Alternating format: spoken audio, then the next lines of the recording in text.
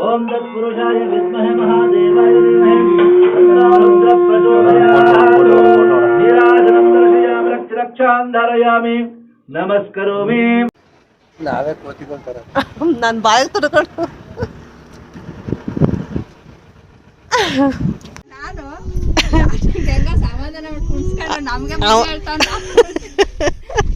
ಇದಾಗ್ಬಿಟ್ರೆ ಏನ್ ಮಾಡೋದು ಆಮೇಲೆ ಎಲ್ಲ ನಾವು ಇಳಿಯೋದಿಲ್ಲ. So welcome back to my channel. Last ವಿಡಿಯೋದಲ್ಲಿ ಈ ಒಂದು ಕ್ಲಿಪ್ಪಿಂಗ್ಗಳಿಗೆಲ್ಲ ಕೂಡ ನಾನು ವಾಯ್ಸ್ ಓವರ್ ಕೊಟ್ಬಿಟ್ಟಿದ್ದೆ. ಸೊ ಹಾಗಾಗಿ ರಾ ವಿಡಿಯೋಸಲ್ಲೂ ಕೂಡ ತುಂಬಾ ಚೆನ್ನಾಗಿರುವಂತಹ ಕ್ಲಿಪ್ಪಿಂಗ್ಸ್ ಇತ್ತು. ಸೊ ಅದನ್ನು ನಾನು ಡೈರೆಕ್ಟಾಗಿ ಹಾಕಿದ್ದೀನಿ. ಜೈ ಆಂಜನೇಯ, ಜೈ ಆಂಜನೇಯ. ಅನುರಾಗ್ ನೀನು ಜರ್ನಿ ಬಿಗ್ಯಾನ್ಸ್. ಜೈ ಆಂಜನೇಯ.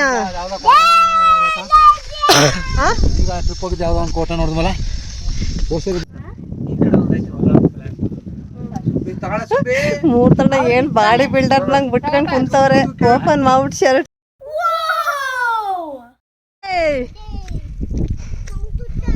ಏನು ಇಲ್ಲ ಬಂಗಾರ, ಜಾಣ ಬಂಗಾರ ನೀನು.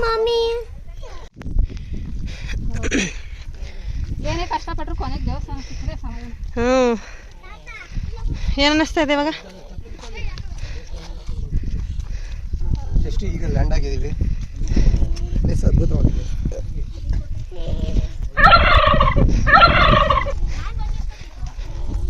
ಇಟ್ಕೊಳ್ಳಿ ಅವಳನ್ನ. ಇದೇನು ಯಾರು ಇಲ್ವಾ? ಈಗಡೆ ಚೆನ್ನಾಗಾಯ್ತು ಬಿಡಿ. ಎಷ್ಟು ಕಷ್ಟಪಟ್ಟು ಬಂದು ಹೋಸತಿ ಚೆನ್ನಾಗಿ ಪೂಜೆ ಮಾಡ್ಕೊಟ್ಟಿದ್ರಪ್ಪ.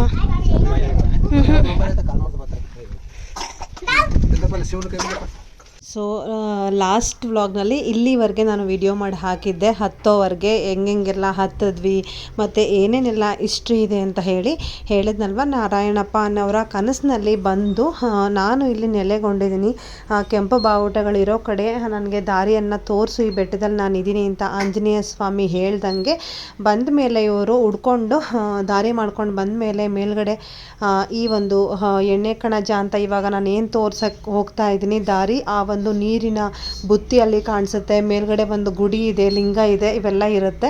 ಸೊ ಹಾಗಾಗಿ ಇದನ್ನು ಪ್ರತೀತಿ ಮಾಡಲಿಕ್ಕೆ ಅವರು ಶಪಥ ಹೊರ್ತಾರೆ. ಅದಕ್ಕೋಸ್ಕರ ಅವರ ಜಮೀನುಗಳನ್ನೆಲ್ಲ ಸೇಲ್ ಮಾಡಿ ಈ ದೇವಸ್ಥಾನ ಜೀರ್ಣೋದ್ಧಾರ ಮಾಡೋದಕ್ಕೆ ಶುರು ಮಾಡ್ತಾರೆ.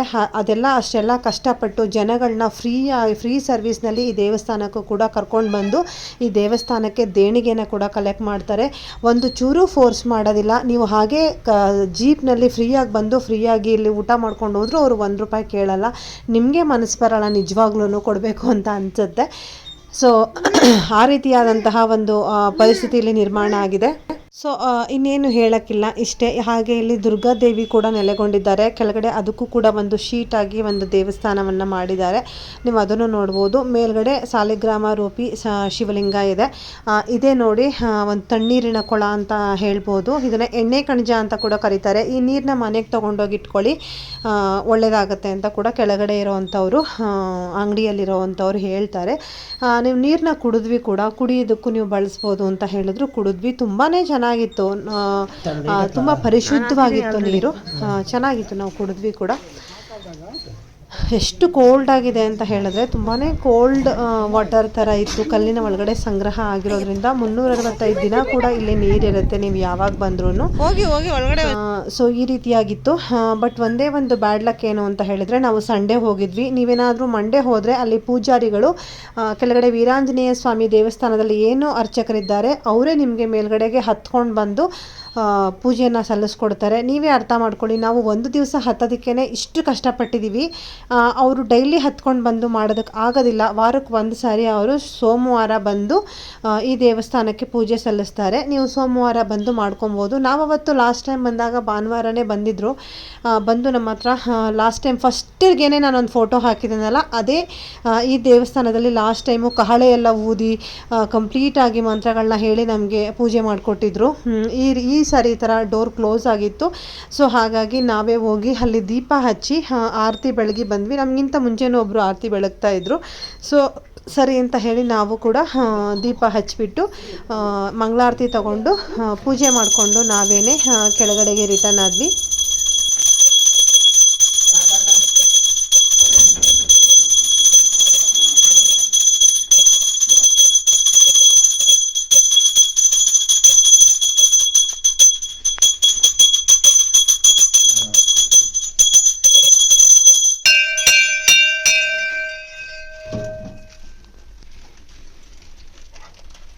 ಬಾ ರಘು ಇಲ್ಲಿ ರಘು ಬಾ ಮತ್ತೆ ತಿನ್ನುವಂತ ಇಳ್ಕೊ ಬಾ ಓಡು ಬಲಿ ಮಂಗಳೂರು ತಗೋ ಬಲಿ ಬಾಯ್ಲಿ ಓಡು ಬಾ ಆಯ್ತು ಬಾಯ್ಲಿ ಓಡು ಬಾ ಆಯ್ತು ಬಾ ಎತ್ಕೊ ಬಾ ಆಯ್ತು ಬಾ ಬಿಸ್ಕೆಟ್ ಇಟ್ಕೊಂಡು ಕೆಮ್ಕೊ ಲಾಕೋ ದುಡ್ಡು ಹಾಕಿ ತಗಲಿ ಲಾಕೋ ಕೆಮ್ಕೊ ಇದು ಒಂದು ಕೊಡಿ ಇರೋದು ಅಲ್ಲಿರೋದು ನಿಂದೆ ತಗೊಂಡು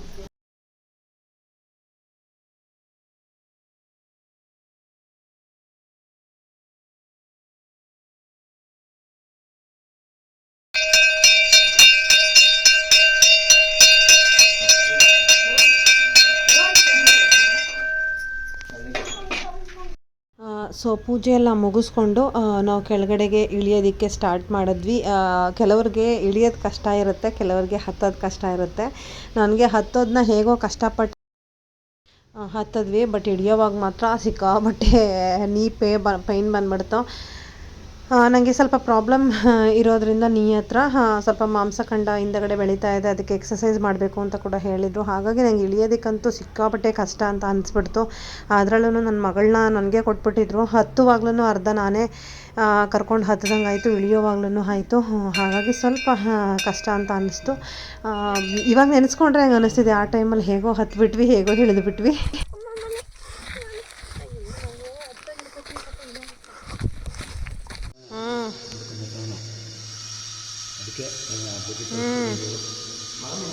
ಮಾಮಿ ಮಾಮಿ ಏನಿಲ್ಲ, ಮಾಮಿ ಮಾಮಿ ಮಾಮಿ ಮಾಮಿ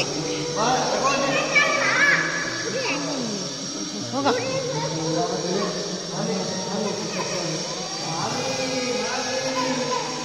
ಸೊ ಹೋಗ್ಬೇಕಾದ್ರೆ ಜಸ್ಟ್ ವಿಸಿಟ್ ಮಾಡಿ ವೀರಾಂಜನೇಯ ಸ್ವಾಮಿ ದೇವಸ್ಥಾನಕ್ಕೆ ಹತ್ಬಿಟ್ಟಿದ್ವಿ. ಯಾಕೆಂದರೆ 11:30 ಆಗೋಗಿತ್ತು.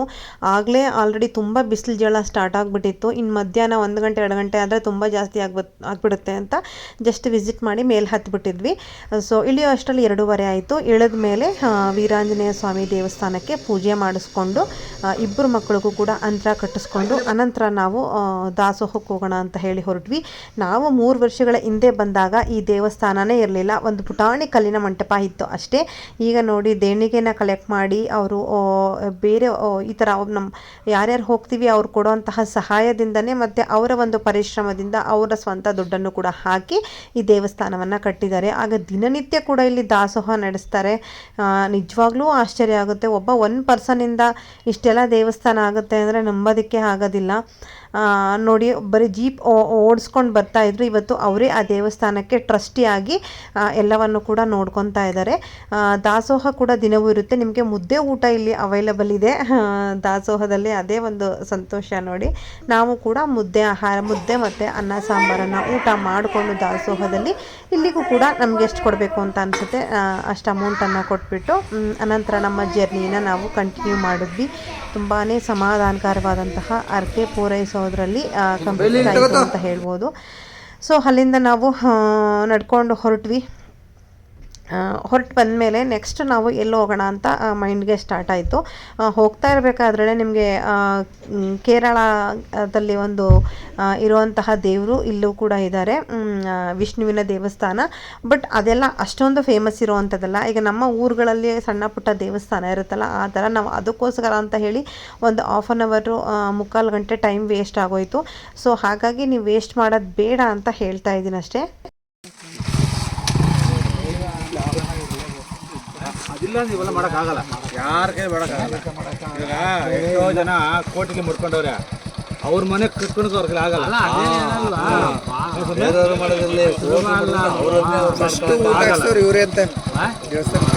ನಾವು ಬಂದ್ರೆ ಅವತ್ತು ಎಲ್ಲ ಬೇರೆ ಕಡೆ ಹೋಗಿಲ್ಲ, ಶಿವನ ದೇವಸ್ಥಾನಕ್ಕೆ ಹೋಗಿಲ್ಲ ಬಂದ್ರೆ ನಾವು ಯಾಕೋ ಇಲ್ಲಿ ಕಾಣಿಸ್ತಾನ ಅಂತ ಕಾಣಿಸಿದಾಗ ಅಣ್ಣ ಬನ್ನಿ ಅಣ್ಣ ನೋಡ್ಕೊಂಡು ಹೋಗಿರ ಅಲ್ಲಿ ಚಿಕ್ಕದಾಗ ಒಂದು ದೇವಸ್ಥಾನ ಮಾಡಿದ್ದೀವಿ ಅಂದರು. ಅಲ್ಲಿ ನೋಡಿದಾಗ ನಮಗೆ ಕಣ್ಣು ನೀರು ಬಂತವಲ್ಲ, ಹಂಗಿತ್ತು ಅಲ್ಲಿ ಪೊಸಿಷನ್ ಆ ಥರ ಇತ್ತು. ಅಲ್ಲಿ ನೋಡಿದಾಗ ಏನಕ್ಕಪ್ಪ ಅಂದ್ರೆ ಇಷ್ಟು ಮೇಲಕ್ಕೆ ಬಂದು ಒಬ್ಬನು ಈ ಬಾಧೆ ಬೀಳ್ತೆ ಕಾಡಲ್ಲಿ ಏನೈತೆ ಇಲ್ಲಿ ಅಂದರೆ ಅವಾಗೇನ ಒಂದು 5 ಜನ ನಮ್ಮ ಕೈಯಾಗ ಹೆಲ್ಪ್ ಮಾಡಿದ್ರು. ಇವತ್ತು 3 ಜನಕ್ಕೆ ಅನುಕೂಲ ಆಯಿತು ಅಷ್ಟು. ಅದೆಲ್ಲರೂ ಮಾಡೋಕ್ಕಾಗಲ್ಲ. ಅದು ಅವ್ರ ಅಪ್ಪನಿಗೆ ದೇವ್ರದ್ದು ಕೃಪೆ ಇದೆ. ದೇವ್ರ ಕೃಪೆ ಇದೆ. 3 ವರ್ಷಕ್ಕೆ ಬೇಕಾದಷ್ಟು. ಹೌದು, ನಾವು 3 ವರ್ಷದಿಂದ ಬಂದಾಗ್ಲೂ ಇಷ್ಟು ಇದಾಗಿರ್ಲಿಲ್ಲ, ಇವಾಗ ಇನ್ನೂ ಪರವಾಗಿಲ್ಲ ನೋಡಿ. ಇವರು ಒಂಚೂರು ಇಲ್ಲಿ ಬಂದವರೆಲ್ಲ ಅಲ್ಲಿ ಯೋಗ ಥರ ಆಗ್ಬಿಟ್ರೆ ಇನ್ನೂ ಇಂಪ್ರೂವ್ ಆಗ್ಬಿಡುತ್ತೆ. ಇರಲಿ ಸ್ವಲ್ಪ ಚೆನ್ನಾಗಿದ್ರೆ ಬರೋ ಜನ ಹಿಂಗೂ ಓದ್ತಾರೆ ಚೆನ್ನಾಗುತ್ತೆ. ಯಾಕಂದ್ರೆ ನನ್ನ ಪ್ರಕಾರ ಇಲ್ಲೇ ದೇವ್ರನ್ನ ಆ ದೇವ್ರು ಅಳಗರು ಹೌದು ಮಾಡಿದ್ದು ಯಾವಾಗ ಗೊತ್ತಾ? ಇದು ಮಾಡಿ ಒಂದು 26 ವರ್ಷ 27 ವರ್ಷ ಆಯ್ತು ಸ್ಟಾರ್ಟ್ ಮಾಡಿದ್ದು. ಇದು ಹೊಸದು. ನಾವು 12 ವರ್ಷದಲ್ಲಿ ಬಂದಾಗ ಒಂದೇ ಇದ್ದಿದ್ದು, ಒಂದೇ ಗುಹೆ ಇದ್ದಿದ್ದು ಆಯ್ತಾ. ಅವಾಗ ನಾನು ನೋಡ್ತಾ ಇರಲಿಲ್ಲ. ಇದು ಹೊಸ ದೇವಸ್ಥಾನ. ಹೇಳ್ಬೇಕಾದ್ರೆ ಹಳೇ ದೇವಸ್ಥಾನ ಅದೇ ಯಾವ ರಾಜರು ಪುಣ್ಯಾತ್ಮರು ಹೋಗಿದ್ದಾರೆ. ಅದು ಇವಾಗ ಇವು ಅಪ್ಪನ ಮುಖಾಂತರ ಮುಂದಕ್ಕೆ ಹೋದೈತೆ. ಅದು ಹಂಗೆ ಮುಂದಕ್ಕೆ ಹೋಗಲಿ ಅಂತ ನಾವು ದೇವ್ರನ್ನ ಕೇಳೋಣ ಅಷ್ಟೇ. ಸರ್ ಬರ್ತೀರ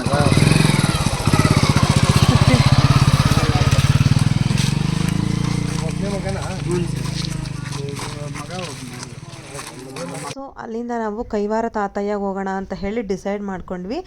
ಹಾಗೆ ಕೈವಾರ ತಾತಯ್ಯಗೆ ಹೋಗ್ತಾ ಇರಬೇಕಾದ್ರೆ ಯೋಗ ನಾರಾಯಣ ಅಂತ ಹೇಳಿ ಈ ಒಂದು ದೇವಸ್ಥಾನನೋ ಮ್ಯೂಸಿಯಮ್ಮೋ ಏನು ಹೇಳಕ್ಕೆ ಬರೋದಿಲ್ಲ, ಆ ಥರ ಸಿಗುತ್ತೆ.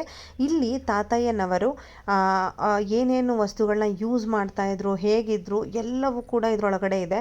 ಒಂದು ಸ್ಮಾಲ್ ಮ್ಯೂಸಿಯಮ್ ಅಂತ ಹೇಳ್ಬೋದು. ನಾವು ಹೋಗಿದ್ದಿನ ಕಂಪ್ಲೀಟಾಗಿ ಕ್ಲೋಸ್ ಆಗಿಬಿಟ್ಟಿತ್ತು. ಎಷ್ಟು ಸಾಧ್ಯ ಆಗುತ್ತೋ ಅಷ್ಟನ್ನು ಮಾತ್ರ ನಾವು ಕ್ಯಾಪ್ಚರ್ ಮಾಡಿದ್ದೀವಿ. ಸೊ ನೀವ್ಯಾರಾದರೂ ಹೋಗಿದ್ರೆ ಅಂದರೆ ಸಂಡೇ ಬಿಟ್ಟು ವೀಕ್ ಡೇಸ್ನಲ್ಲಿ ಹೋಗಿದ್ರೆ ಖಂಡಿತವಾಗ್ಲೂ ಓಪನ್ ಇರುತ್ತೆ. ಇದನ್ನು ಮಸ್ಟ್ ಆ್ಯಂಡ್ ಶುಡ್ ವಿಸಿಟ್ ಮಾಡಿ. ನಿಮಗೆ ಕೈ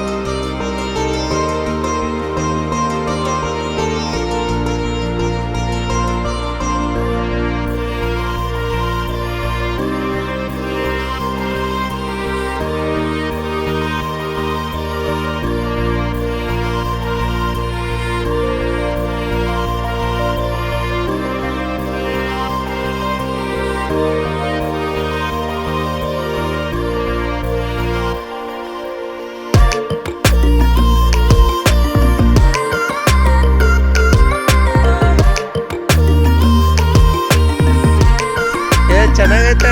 ಚಿತ್ರದುರ್ಗ ಎಕ್ಸಿಬಿಷನ್ ಐತಲ್ಲ ಆ ಥರ. ಸೊ ಅಲ್ಲಿಂದ ಮುಗಿಸ್ಕೊಂಡು ನಮ್ಮ ಪ್ರಯಾಣನ ಮುಂದೆ ಶುರು ಮಾಡಿದ್ವಿ. ಸೊ ಹೋದ ತಕ್ಷಣ ನಾವು ಕೈವಾರ ತಾತಯ್ಯನಿಗೆ ವಿಸಿಟ್ ಮಾಡಿದ್ವಿ. ನಿಮಗೆ ಈ ಕೈಲಾಸಗಿರಿಯಿಂದ ಒಂದು 7-8 ಕಿಲೋಮೀಟ್ರ್ ಇರ್ಬೋದು ಅಷ್ಟೇ ಕೈಲಾಸಗಿರಿ. ಸೊ ಆ ದೇವಸ್ಥಾನಕ್ಕೆ ಹೋಗೋಕ್ಕಿಂತ ಮುಂಚೆ ಇಲ್ಲಿ ಅಮರನಾರಾಯಣ ಅಂತ ಇದೆ, ಅಲ್ಲಿಗೆ ಹೋಗ್ಬಿಟ್ಟು ಹೋಗಬೇಕು ಅಂತ ಹೇಳ್ತಾರೆ. ಏನಕ್ಕೆ ಅಂತ ನನಗೆ ಗೊತ್ತಿಲ್ಲ, ಯಾಕೆಂದರೆ ಲಾಸ್ಟ್ ಟೈಮ್ ಸೇಮ್ ಈ ಅಮರನಾರಾಯಣ ಸ್ವಾಮಿಗೆ ಬಂದು ಅಲ್ಲಿ ಗರುಡ ದೇವರಿದೆ ನೋಡಿದ್ರಲ್ವ, ಆ ಗರುಡ ದೇವರು ಮತ್ತು ಒಳಗಡೆ ಶ್ರೀನಿವಾಸ ಸ್ವಾಮಿ ಇದೆ. ಅಮರನಾರಾಯಣನಿಗೆ ಕೈ ಮುಗಿದುಕೊಂಡು ಅನಂತರ ನಾವು ಈ ಒಂದು ಕೈವಾರ ತಾತಯ್ಯನ ದೇವಸ್ಥಾನಕ್ಕೆ ಬಂದ್ವಿ. ಕೈವಾರ ತಾತಯ್ಯನವರು ಬಳೆ ಮಾರೋರಂತೆ. ಸೊ ಬಳೆಗೆ ತುಂಬ ಪ್ರಾಧಾನ್ಯತೆ ಇದೆ ಇಲ್ಲಿ. ಈ ಬಳೆಗಳನ್ನ ತಗೊಂಡೋಗಿ ದೇವರ ಸನ್ನಿಧಿನಲ್ಲಿ ಇರಿಸಿ ಪೂಜೆ ಮಾಡಿಸ್ಕೊಂಡು ಮನೆಗೂ ಕೂಡ ತಗೊಂಡು ಹೋಗ್ತಾರೆ. ತುಂಬ ಜನ ಹಾಗೆ ಮಾಡ್ತಿದ್ರು. ನಮಗೂ ಹೇಳಿದ್ರು, ನಾವು ಟೈಮ್ ಇರಲಿಲ್ಲ. ನೆಕ್ಸ್ಟು ಕೂಡ ನಾವು ಇನ್ನೊಂದು ಯಾವುದಾದ್ರೂ ಪ್ಲೇಸ್ ನೋಡ್ಕೊಂಡು ಹೋಗಬೇಕು ಅನ್ನೋದು ನಮ್ಮ ಮನಸ್ಸಲ್ಲಿತ್ತು. ಸೊ ಒಂದೆರಡು ಪ್ಲೇಸು ಕನ್ಫ್ಯೂಷನ್ ಇತ್ತು, ಇಲ್ಲಿಗೆ ಹೋಗೋಣ ಅಲ್ಲೋಗೋಣ ಇಲ್ಲೋಗೋಣ ಅಂತ. ಸೊ ಹಾಗಾಗಿ ನಾವು ಇಲ್ಲಿಂದ ಬೇಗ ಹೊರಟ್ಬಿಟ್ವಿ. ನಾವು ಫೈನಲ್ ಆಗಿ ಇದಾದ ಮೇಲೆ ನಾವು ಎಲ್ಲಿಗೆ ಹೋಗೋಣ ಅಂತ ಹೇಳಿ ಡಿಸೈಡ್ ಮಾಡಿದ್ವಿ ಅಂದರೆ ಕಾಟೇರಮ್ಮನ ದೇವಸ್ಥಾನ. ನಾವು ಬ್ಯಾಂಗ್ಳೂರ್ಗೂ ರೀಚ್ ಆಗ್ತಾ ಇರ್ತೀವಿ. ಆನ್ ದಿ ವಯಾ ಹೊಸಕೋಟೆ ಮೇಲೆ ಹೋಗ್ತಾ ಇರ್ತೀವಿ. ಸೊ ಹೊಸಕೋಟೆನಲ್ಲೇ ಸಿಗುವಂತಹ ಕಾಟೇರಮ್ಮನ ನೋಡ್ಕೊಂಡು ಹೋಗೋಣ ಅನ್ನೋದು ನಮ್ಮ ಪ್ಲ್ಯಾನ್ ಆಯಿತು. ಸೊ ಹಾಗಾಗಿ ಈ ತಾತಯ್ಯನವರ ದೇವಸ್ಥಾನಕ್ಕೆ ಬಂದಾಗ ಆಲ್ಮೋಸ್ಟ್ ಒಂದು 6 ಗಂಟೆ 6:30 ಆಗಿತ್ತು. ಬಟ್ ಬೆಳಗ್ಗೆ ಇತ್ತು, ಪರವಾಗಿಲ್ಲ. ಸೊ ಇಲ್ಲಿ ಲಾಡು ಪ್ರಸಾದ ಎಲ್ಲ ತಗೊಂಡು ಕೈ ಮುಗಿದ್ಕೊಂಡು ನಾವು ನಮ್ಮ ಜರ್ನಿನ ಸ್ಟಾರ್ಟ್ ಮಾಡಿದ್ವಿ. ಇದೇ ನೋಡಿ ತಾತಯ್ಯನವರ ಸಮಾಧಿ.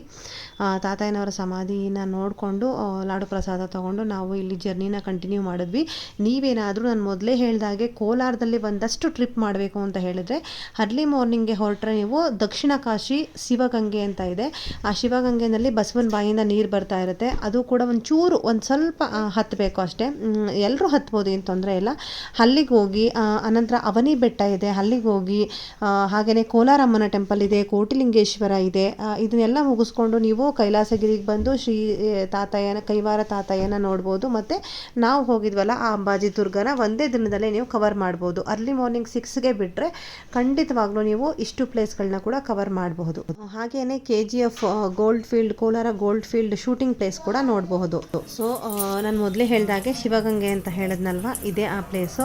ಇದು ನಾವು ಲಾಸ್ಟ್ 3 ಇಯರ್ಸ್ ಬ್ಯಾಕ್ ಹೋಗಿರೋಂತಹ ವಿಡಿಯೋ ಇತ್ತು. ಹಾಗಾಗಿ ನಾನು ಸುಮ್ಮನೆ ಈ ಪ್ಲೇಸ್ ನಿಮಗೆ ಒಂದು ಐಡಿಯಾ ಸಿಗಲಿ ಅಂತ ಹೇಳಿ ಹಾಕಿದ್ದೀನಿ ಅಷ್ಟೇ. ನೋಡಿ, ದಕ್ಷಿಣ ಕಾಶಿ ಕ್ಷೇತ್ರ ಅಂತರಗಂಗೆ ಅಂತ ಈ ರೀತಿಯಾಗಿ ಸ್ಟೆಪ್ಸ್ ಮೇಲೆ ನಡ್ಕೊಂಡು ಹೋಗಬೇಕು. ನೋಡಿ, ಥರ ನಂದಿ ಬಾಯಿಂದ ಗಂಗೆ ಬರ್ತಾ ಇರುತ್ತೆ. ನೀವು ಅದರನ್ನು ಪ್ರೋಕ್ಷಣೆ ಮಾಡ್ಕೊಂಡು ಹೋಗ್ಬೋದು. ಇಲ್ಲಿ ಇರುವಂಥ ದೇವರು ಕಾಶಿ ವಿಶ್ವನಾಥ. ಇಲ್ಲಿಂದ ಕಾಶಿಗೆ ಸುರಂಗ ಮಾರ್ಗ ಇದೆ ಅಂತ ಕೂಡ ಹೇಳ್ತಾರೆ, ಗೊತ್ತಿಲ್ಲ ನಮಗೆ, ಅಲ್ಲಿರೋರು ಹೇಳ್ತಾರೆ. ಮತ್ತು ಇನ್ನಷ್ಟು ಇತಿಹಾಸ ಕೂಡ ಹೇಳಿದ್ರು. ಆ ಕ್ಲಿಪ್ಪಿಂಗ್ ನನ್ನ ಹತ್ರ ಮಿಸ್ ಆಗಿಬಿಟ್ಟಿದೆ.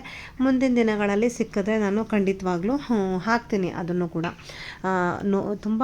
ತುಂಬ ಚೆನ್ನಾಗಿದೆ ಈ ಪ್ಲೇಸು ದಕ್ಷಿಣ ಕಾಶಿ. ನೀವೇನಾದರೂ ಕೋಲಾರಕ್ಕೆ ಹೋದರೆ ಇದನ್ನು ಕವರ್ ಮಾಡಿ, ತುಂಬಾ ಚೆನ್ನಾಗಿದೆ ಅಂತ ಹೇಳ್ಬೋದು. ಹಾಗೆ ಆ್ಯಸ್ ಯೂಶ್ವಲ್ ಅದನ್ನು ಮುಗಿಸ್ಕೊಂಡು ನಾವು ಈ ಕೈಲಾಸಗಿರಿಗೆ ಬಂದಿದ್ವಿ. ಈ ಕೈಲಾಸಗಿರಿ ನೋಡಿ 3 ವರ್ಷಗಳಿಂದ ಅಷ್ಟೊಂದು ಡೆವಲಪ್ಮೆಂಟ್ ಆಗಿರಲಿಲ್ಲ. ನೋಡಿ ಈ ಮಟ್ಟಕ್ಕಿತ್ತು. ಇವಾಗಂತೂ ತುಂಬಾ ಡೆವಲಪ್ಮೆಂಟ್ ಆಗಿದೆ. ಒಳಗಡೆ ಎಲ್ಲ ಮಂಟಪ ಕೂಡ ಎಲ್ಲ ಕಟ್ಟಿದ್ದಾರೆ. ಇಲ್ಲಿ ಮುಗಿಸ್ಕೊಂಡು ಅನಂತರ ನಾವು ಅಂಬಾಜಿ ದುರ್ಗಕ್ಕೆ ಹೋಗಿರೋವಂತಹದ್ದು. ಅಂಬಾಜಿ ದುರ್ಗದ್ದನ್ನು ಕೂಡ ನಾನು ವಿಡಿಯೋ ಹಾಕಿದ್ದೀನಿ ನೋಡಿ. ಓಂ ತತ್ಪುರುಷಾಯ ವಿದ್ಮಹೇ ಮಹಾದೇವಾಯ ಧೀಮಹಿ ತನ್ನೋ ರುದ್ರಃ ಪ್ರಚೋದಯಾತ್. ನೀರಾಜನಂ ದರ್ಶಯಾಮಿ ರಕ್ಷಾಂ ಧಾರಯಾಮಿ ನಮಸ್ಕರೋಮಿ. ಸೊ ನೋಡಿದ್ರಲ್ವಾ ಲಾಸ್ಟ್ ಇಯರ್ ಎಷ್ಟು ಚೆನ್ನಾಗಿ ನಮಗೆ ಪೂಜೆ ಮಾಡಿಕೊಟ್ಟಿದ್ರು ಅಂತ. ಸೊ ಅಲ್ಲೇ ಮುಗಿಸ್ಕೊಂಡು ಆ್ಯಸ್ ಯೂಶ್ವಲ್ ನಾವು ಈ ಒಂದು ಕೈವಾರ ತಾತಯ್ಯನಿಗೆ ಬಂದಿದ್ವಿ. ಬಟ್ ಸೊ ನೋಡಿದ್ರಲ್ವಾ, ಇದಿಷ್ಟು ಲಾಸ್ಟ್ ಇಯರ್ ವಿಡಿಯೋ. ಈ ಇಯರಲ್ಲಿ ನಾವು ಕೈವಾರ ತಾತಯ್ಯನ ಮುಗಿಸ್ಕೊಂಡು ಹೊಸಕೋಟೆಯಲ್ಲಿರುವಂತಹ ಕಾಟೇರಮ್ಮನ ಟೆಂಪಲ್ಗೆ ಹೋಗಿದ್ದೀವಿ. ಅದನ್ನು ಕೂಡ ಇದರಲ್ಲೇ ಹಾಕಿದ್ರೆ ತುಂಬಾ ಲಾಂಗ್ ವಿಡಿಯೋ ಆಗಿಬಿಡುತ್ತೆ. ಸೊ ಹಾಗಾಗಿ ನೆಕ್ಸ್ಟ್ ವ್ಲಾಗ್ನಲ್ಲಿ ನಾನು ಅಪ್ಲೋಡ್ ಮಾಡ್ತೀನಿ. ಸೊ ಅಲ್ಲಿವರೆಗೂ ಹೀಗೆ ನೋಡ್ತಾ ಇರಿ, ವಿಡಿಯೋನ ಫುಲ್ ನೋಡಿ. ಕಾಟೇರಮ್ಮ ದೇವಸ್ಥಾನದಲ್ಲಿ ಒಂದು ರೀತಿಯ ಹರಕೆ ಅಲ್ಲ, ಸಾಲು ಹರಕೆಗಳನ್ನ ನೆಕ್ಸ್ಟ್ ವಿಡಿಯೋ ತೋರಿಸ್ತೀನಿ, ನೋಡ್ತಾ ಇರಿ. ಅಲ್ಲಿವರೆಗೂ ನಮಸ್ಕಾರ. Thanks for watching. ಬಾಯ್.